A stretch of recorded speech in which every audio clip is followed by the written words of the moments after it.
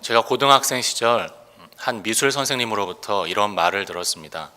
너희가 지금 인생에서 가장 좋은 때를 보내고 있다는 것을 곧 알게 될 거야.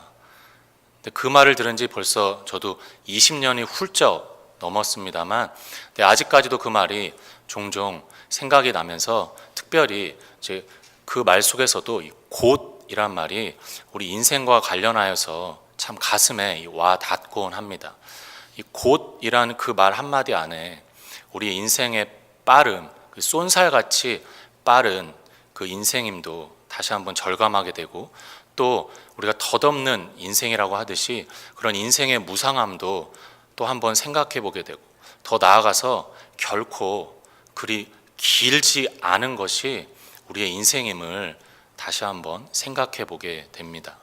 이 외에도 인생에 대한 여러 가지 생각들이 있을 수 있겠지만, 지금 말씀드린 이런 인생에 대한 짧은 단상들, 이런 작은 생각의 조각들을 잠시 종합해 보면, 그렇게 덧없이 찰나에 불과한 순간처럼 지내다가 곧 떠나게 될 것이 우리의 인생이라고 할 수 있습니다. 그리고 그것을 또 다른 한 단어로 바꿔 표현해 보자면 나그네 인생이라고 말할 수 있습니다. 그래서 하나님께서도 우리 인생들을 향해서 진작부터 레위기 25장 23절에 너희는 나그네요, 우거하는 자다. 그러니까 너희는 이 땅에 임시로 거주하는 나그네일 뿐이다 라고 말씀하셨고, 예수님도 이 땅의 삶을 사실 때 여우도 굴이 있고 공중의 새도 거처가 있으되 인자는 머리 둘 곳도 없다고 하셨을 정도로 예수님도 머리 둘 곳 하나 없는 철저한 나그네 인생을 살다가 가셨습니다. 그리고 그 뒤를 이은 믿음의 선조들, 우리 믿음의 사람들 또한 오늘 우리가 함께 읽은 것처럼 다 나그네요, 또 외국인임을, 타향살이하는 외국인임을 그렇게 고백하고 살다가 증거를 남기고 갔습니다. 아브라함, 다윗 등등 성경의 수많은 인물들이 그것을 증언했지만, 그 나그네 인생의 내용이 또 어떤 내용을 담고 있는가를 알아보기 위해서 우리 특별히 야곱의 고백을 한번 보길 원합니다.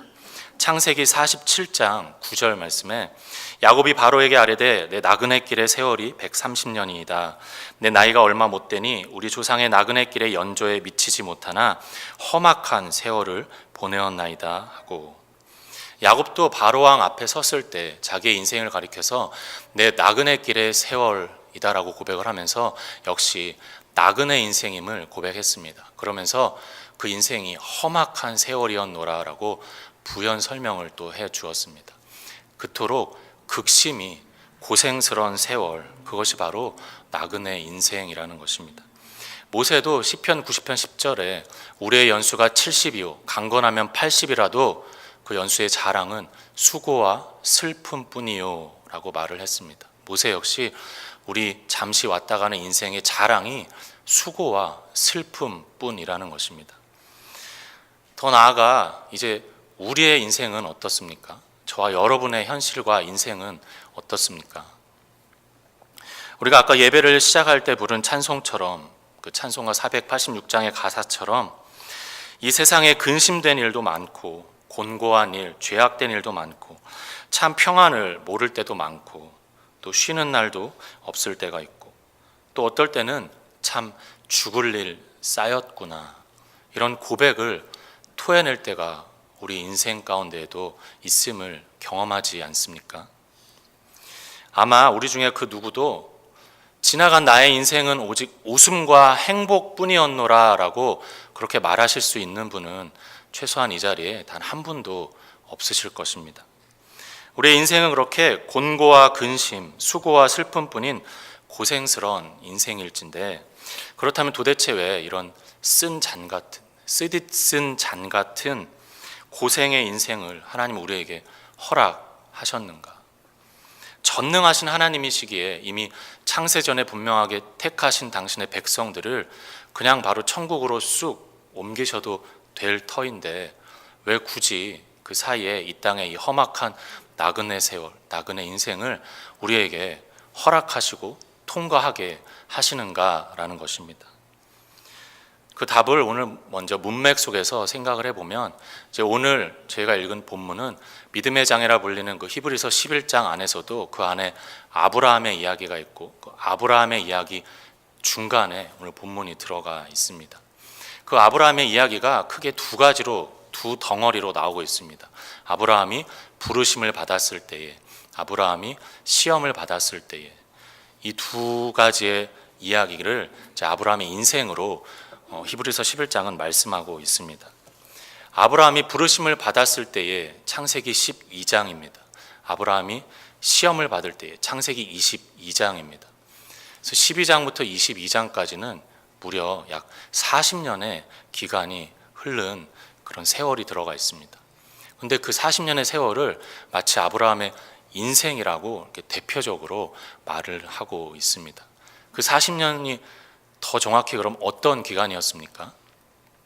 아브라함이 하나님으로부터 처음 부르심을 받고 믿음의 발걸음을 처음 떼어서 그 사이에 많은 과정들이 있었지만, 부인도 2번이나 팔아먹고 자꾸 도망가고, 또 약속을 믿지 못해서 자기의 힘으로 또 이스마엘을 낳고, 이런 많은 실수들, 그런 과정들이 있었지만 결국엔 22장에 이제는 그 100세에 얻은, 눈에 넣어도 안 아플 정도가 아니라 자기 목숨 같은 외아들 독자 이삭까지도 명령에 순종해서 기꺼이 주저함 없이 제물로 바치기까지, 그렇게 되기까지의 그 과정이 40년이었습니다. 믿음의 걸음마를 시작해서 온전한 믿음의 조상이 되기까지의 시간, 다시 말해 믿음의 훈련이요, 연단을 받는 시간이 그 40년이었고, 그 40년을 아브라함의 인생이라고 대표적으로 말씀을 하고 있습니다. 아브라함뿐만 아니라 특이하게도 이 40년의 그 시간이 모세의 인생에도 나타나고 이스라엘 백성에게도 나타납니다.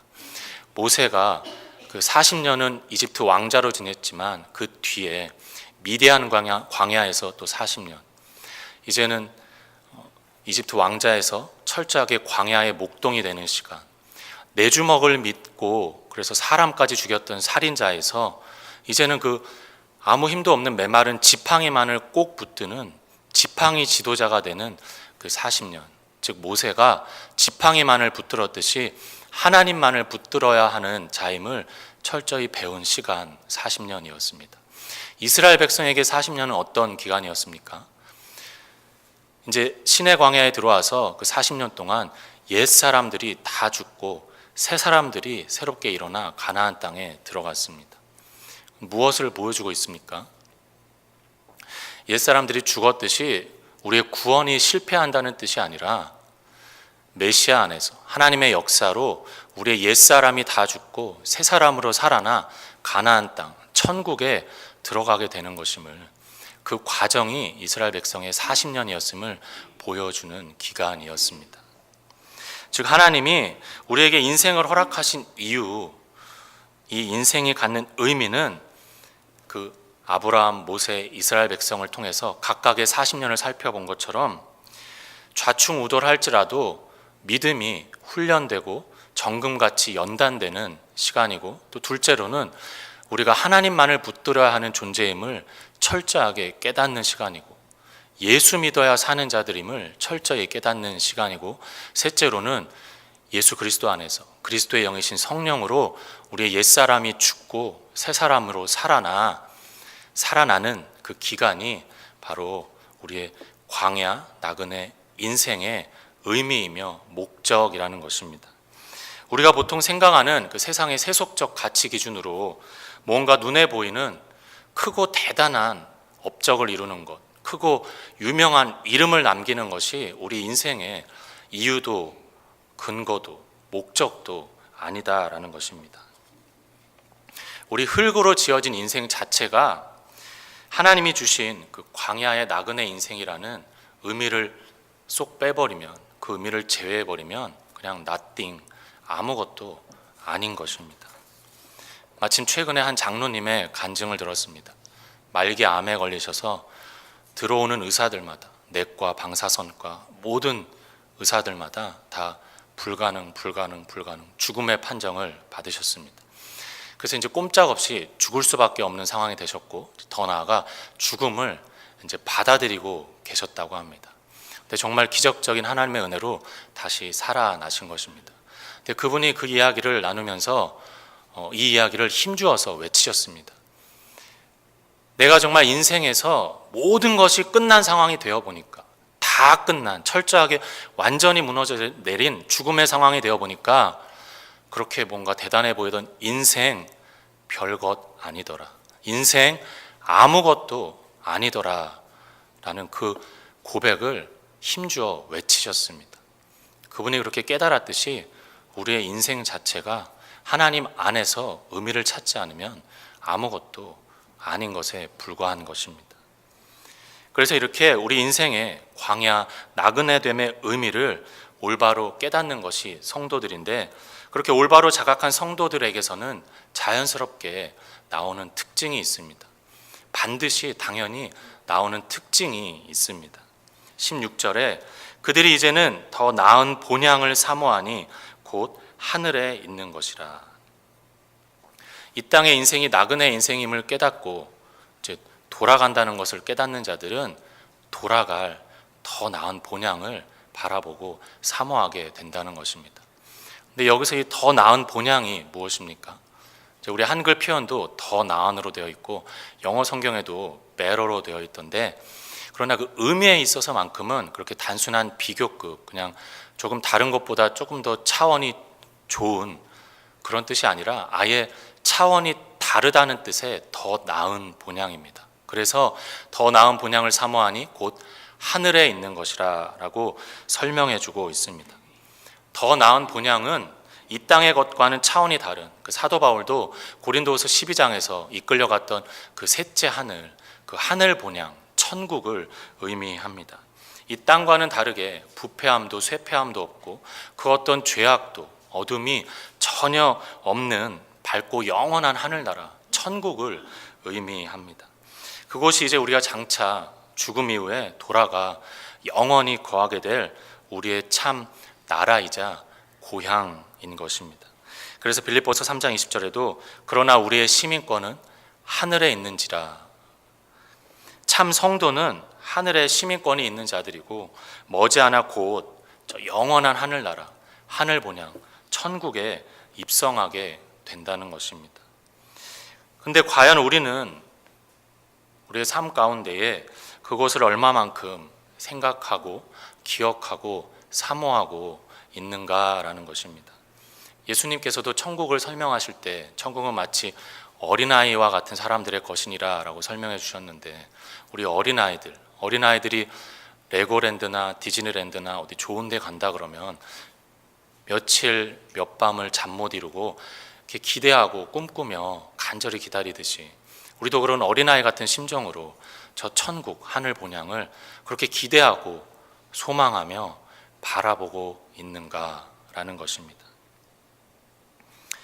그 본향을 그렇게 사모해야 하지만 이 땅의 삶의 경주도 또 이 땅에서 인내도 우리가 잘 이루고 승리할 수 있는데, 근데 우리는 과연 얼마만큼 사모하는 마음이 우리에게 있는가라는 것입니다.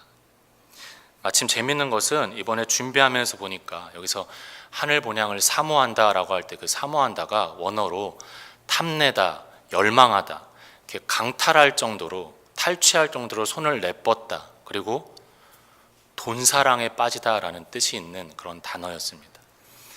우리 모두가 뭐 정도의 차이는 있겠지만 돈 사랑하는 마음이 있지 않습니까? 근데 돈 사랑하는 것처럼 저 위에 본향을 사모하고 있느냐라는 것입니다. 하나님이 그렇게 오늘 우리에게 노골적으로 물으십니다. 너희들 돈 사랑하지? 그래, 그렇게 돈 사랑하는 것처럼 뜨겁게 하늘 본향을 사모하고 있느냐라고 묻고 계십니다.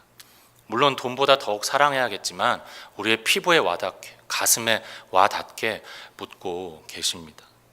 그리고 그것을 또 사모하고 있다면, 정말 다행스럽게도 사모하고 있다면 도대체 무엇 때문에 사모하고 있는가라는 것입니다. 사실 이 무엇 때문에라는 질문 자체가 이제 누구 때문에로 바뀌어야 합니다. 저 천국 하늘 본향에는 무엇이 있는가 보다는 누가 계신가가 사실 중요하기 때문입니다. 그래서 성경에서도 천국에 도대체 무엇이 실제로 있고 무엇이 가득하고 무엇으로 이루어져 있는지는 별로 속 시원하게 밝혀주고 있지를 않습니다. 그러나 천국에 누가 계신지는 확실하게 밝혀주고 있습니다. 그곳에 누가 있는지 대표적으로 예수님이 하신 말씀을 통해 살펴보면 마태복음 6장 9절에서 예수님이 제자들에게 주기도문을 가르쳐 주시면서 이렇게 가르치십니다. 너희는 이렇게 기도하라. 하늘에 계신 우리 아버지여. 하늘에 계신 우리 아버지여. 하늘에는 우리 아버지 하나님이 계십니다. 예수님은 실제로 이때뿐만 아니라 늘 하나님을 부르실 때 하늘에 계신 우리 아버지여, 하늘에 계신 너희 아버지, 하늘에 계신 내 아버지라고 하시면서 하늘에는 아버지가 계심을 잘 알려주셨습니다. 즉 하나님 아버지가 계신 곳, 우리 아버지의 집이 저 천국, 하늘 본향인 것입니다. 그것이 왜 가장 중요한가 하면 그곳은 아버지가 계신 곳이기에 그리운 아버지의 품으로 돌아가는 곳이고 우리가 아버지의 품으로 돌아갔을 때만이 진정한 안식을 얻고 또 영원한 안전을 누릴 수 있기 때문에 거기에 아버지가 계시다는 것이 가장 중요합니다. 그리고 그 아버지는 우리가 이 세상 떠나는 날 우리의 모든 수고와 슬픔들 또 고통과 짐들을 다 덜어 주실 것이고 그동안 우리가 흘렸던 그 수많은 눈물들을 영원히 씻겨 주실 것이기 때문에 그 아버지가 계시다라는 것이 아버지의 집이라는 것이 너무 중요하다는 것입니다. 이렇게 생각만 해도 좋은 아버지의 집이 우리의 영원한 본향입니다만 그러한 영원한 본향을 소유한 자들에게 또 더 나아가 나타나는 특징이 있습니다. 아까 읽은 13절에 이 사람들은 다 믿음을 따라 죽었으며 라고 말씀합니다. 영원한 본향을 약속받은 자들의 놀랄만한 무서운 특징이 나오고 있습니다. 믿음을 따라 죽었다라는 것입니다. 우리는 보통 믿음으로 산다, 믿음으로 신앙생활한다, 여기까지는 다 잘 웬만큼 알고 있고 또 익히 잘 알고 있는 만큼 또 노력도 하곤 합니다. 그러나 단순히 live by faith, 믿음으로 사는 것뿐만 아니라 더 나아가서 믿음으로 죽기까지 live by faith, die by faith, 믿음으로 죽기까지 하는 것이 바로 본향을 사모하는 믿음의 사람들의 특징이라는 것입니다. 그럼 여기서 우리는 다시 한번 더 질문하게 됩니다. 우리는 과연 본향을 사모하고 있는가? 그리고 그 본향을 사모한다면 믿음을 따라 죽기까지 하는 그런 신앙인으로 살고 있는가라는 것입니다. 그런데 정말 지금 이 말씀의 내용처럼 천국을 사모하고 그 사모하는 믿음으로 믿음을 따라 죽기까지 했던 한 사건이 있었습니다. 물론 여러 가지 사건이 너무 많이 있었겠지만 지금 소개해드리고자 하는 일은 지난 1995년 북녘 땅에서 북한 땅에서 일어났던 일입니다. 당시 북한과 중국의 경계 지역에 있던 중국의 한 도시에서 이제 사역하던 형제로부터 중국과 북한 선교 사역을 하는 목사님께 이제 전화 한 통이 걸려옵니다. 전화가 걸어와서 북한에서 탈출하려고 하는 성도들이 있습니다. 이제까지 늘 그런 분들 도와주시고 한 것처럼 좀 도와주십시오라는 요청이 이 중국 북한 선교를 하신 목사님께 들어온 것입니다. 그래서 이분이 이제 중국에 가셔서 그 탈출하려 하시는 분들을 비밀리에 만나게 되고 이제 그분들의 대표로 4분이 나오셨다고 합니다. 3분은 다 60이 넘으시고 제일 연장자이신 분이 79세이신 분이 대표로 나오신 것입니다. 그래서 이제 이 목사님이 만나셔 물으셨습니다. 왜 나오시려고 하세요? 나 찬송 한번 마음 놓고 불러보고 싶어서. 알겠습니다. 제가 도와드리겠습니다. 언제 나오시겠어요? 빠를수록 좋소. 몇 명이나 되세요? 65명이야. 65명이야. 애들도 있어. 내 손녀딸도 있어. 정보가 들어왔는데 우리가 모두 잡혀가서 수용소로 끌려가게 됐어. 알겠습니다. 제가 도와드리겠습니다. 라고 하시면서 목사님이 이제 대충 계산을 하시고 계획을 세우고 계시는데 그 짧은 와중에 갑자기 이분이 잠깐만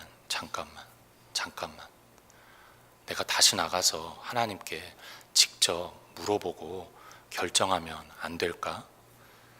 그러시라고 기도하고 다시 들어오시라고 이제 그 할아버님께서 나가십니다. 한 10분쯤 뒤에 다시 걸어 들어오시는데 이미 눈빛과 표정부터 달라 계셨다고 합니다. 이 목사님이 다시 물어보십니다. 왜 그러세요? 나가서 물어봤어.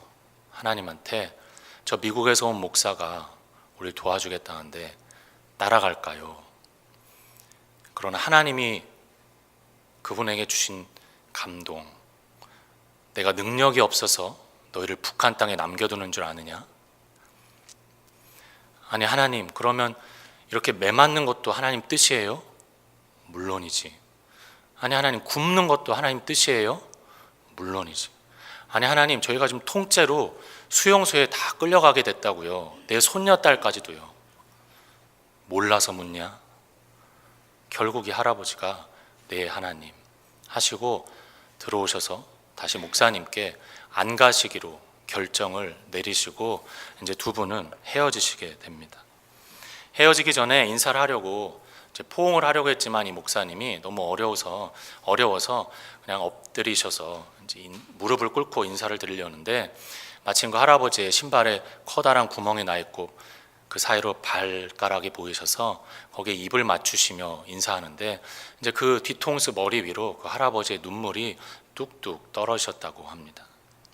일어나서 이제 다시 안녕히 계세요 라고 인사하는데 그 할아버지가 버럭 무슨 인사가 그래, 천국에서 만나자 그래야지. 그 목사님이 네 죄송합니다, 천국에서 뵙겠습니다 라고 하시고 이제 정말 뒤돌아서서 몇 걸음 걸어 나오시는데 그 뒤에서 들려오시는 그 할아버지의 작은 목소리, 누가 우리를 그리스도의 사랑에서 끊으리요. 로마서 8장 35절 말씀을 혼자서 되뇌이시던 것입니다. 몇 년 후에 이 목사님은 그분들의 소식을 다시 듣게 됩니다.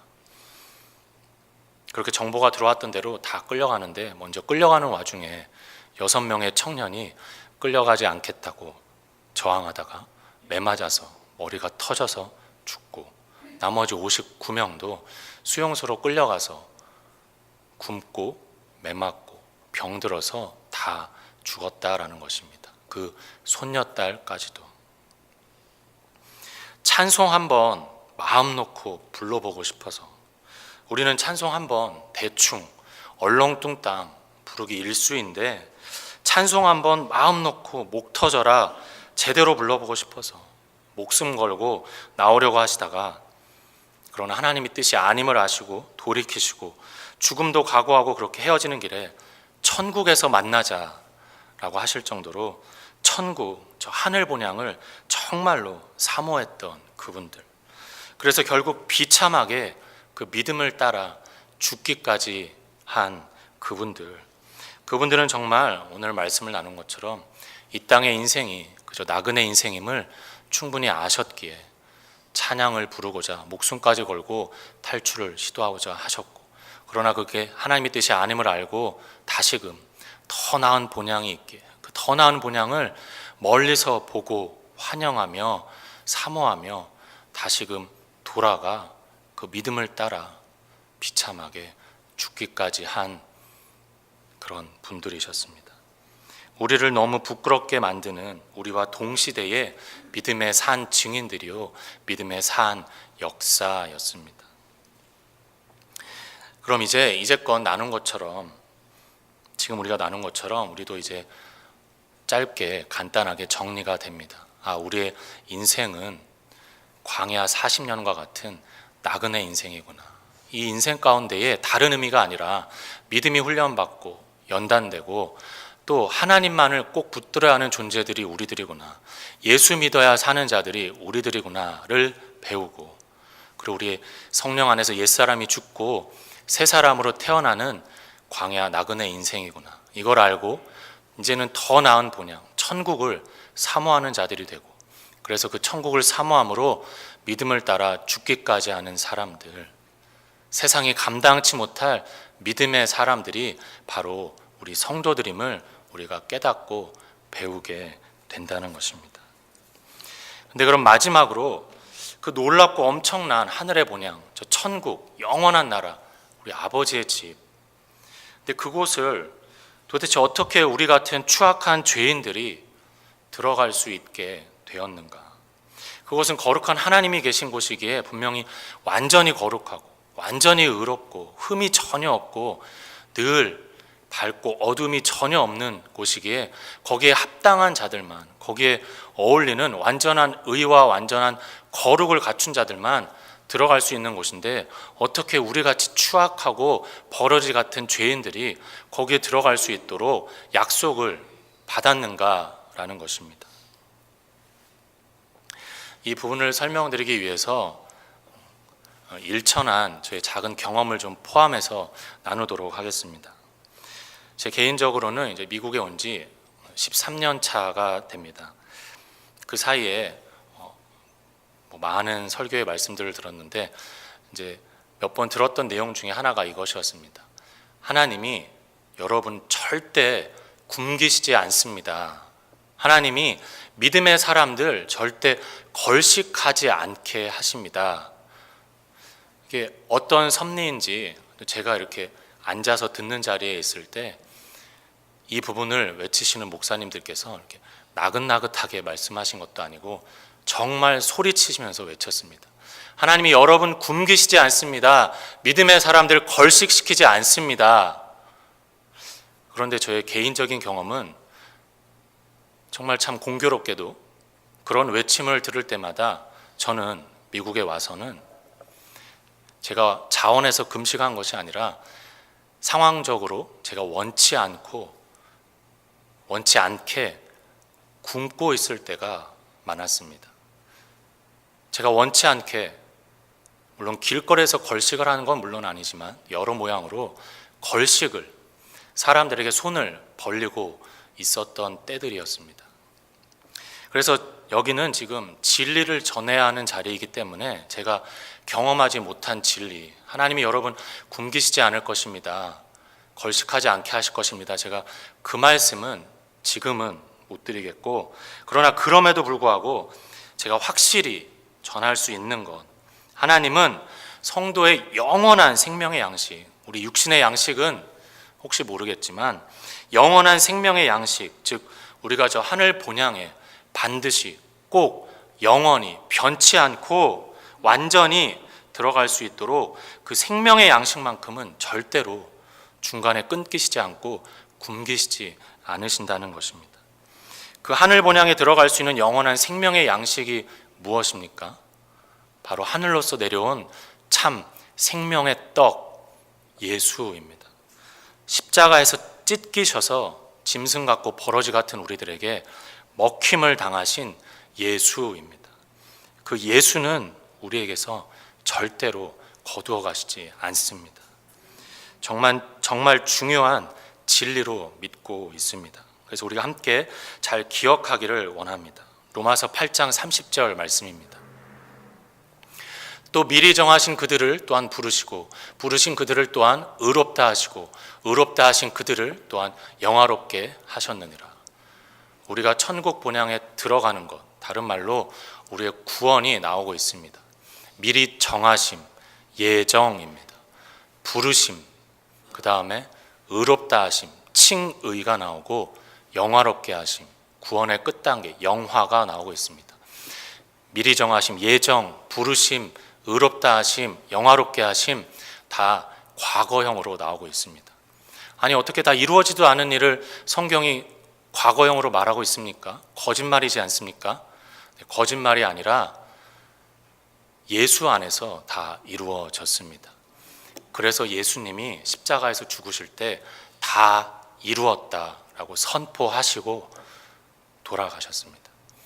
내가 80% 이루었다, 90% 이루었다, 95% 이루었다, 그 나머지 조금은 너희가 너희의 선행과 너희의 의로움과 너희의 의로운 행동과 너희의 의로운 말들이나 너희가 이 모든 성경 66권 말씀 다 잘 지켜서 그 100%의 거룩을 들고 나머지 의를 채우고 와라 그러시지 않으셨습니다. 예수님이 다 십자가에서 이루시고 예정, 부르심, 칭의, 영화까지 다 완성해서 우리에게 약속으로 주신 상태입니다. 우리는 예수 안에서 예수의 의의 옷을 입고 계시록에 나오듯이 우리의 이마에 예수의 이름을 가지고 저 천국 하늘 본향에 입성하는 것입니다. 다른 길, 다른 방법, 다른 이름은 전혀 우리에게 주어진 적이 없습니다.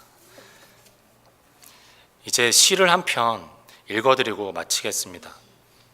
제가 참 좋아하는 시이기도 하고 제가 좋아하기 이전에 너무 유명한 시입니다만 하늘 본향을 사모하는 우리 성도들에게 이 시간 위로가 되고 감동이 되면 좋겠습니다.